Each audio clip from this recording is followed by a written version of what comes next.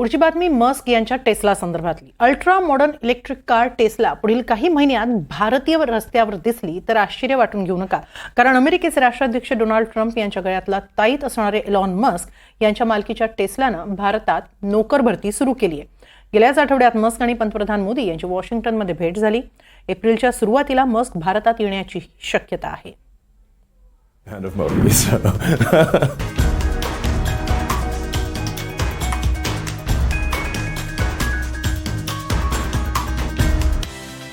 तेरा फेब्रुवारीला आपला मोठा कुटुंब कबिला घेऊन पंतप्रधान नरेंद्र मोदी यांची भेट घेतल्यानंतर सोमवारी टेस्ला या मस्क यांच्याच कंपनीनं भारतात नोकर भरतीच्या जाहिराती प्रसिद्ध केल्या आहेत। मुंबई आणि दिल्लीमध्ये मस्क यांची कंपनी 13 कर्मचारी भरणार आहे।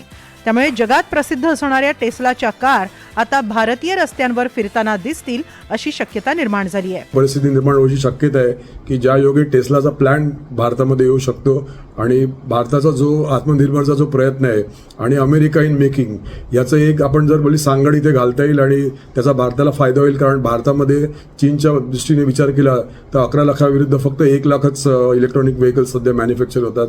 त्यामुळे मॅन्युफॅक्चरिंगमध्ये मुसंडी पण मिळू शकते, रोजगारही मिळू शकतो आणि ज्याला आपण म्हणतो की विन विन सिच्युएशन होऊ शकते। त्याचं झालं असं की टेस्लाच्या गाड्या सध्या अमेरिका आणि चीन दोनच देशात तयार होतात। गेल्या 2 वर्षांपासून टेस्लाला भारतात यायचंय, मात्र भारतात परदेशात बनलेल्या कारवर 100% आयात कर लावण्यात येतो। हा कर कमी करण्यात यावा अशी मागणी टेस्लाचे अधिकारी भारताकडे करत होते। याच मुद्द्यावर बोलणी फिसकटल्यावर मोदी सरकारच्या दुसऱ्या टर्मच्या शेवटच्या 6 महिन्यात एलॉन मस्क यांची भारतात येऊन पंतप्रधानांची ठरलेली भेटही ऐन वेळी रद्द करण्यात आली। टेस्लाचे मालक असलेले इलॉन मस्क भारतामध्ये येणार होते काही महिन्यांपूर्वी, तेव्हा त्यांनी आपली ही व्हिजिट रद्द केली।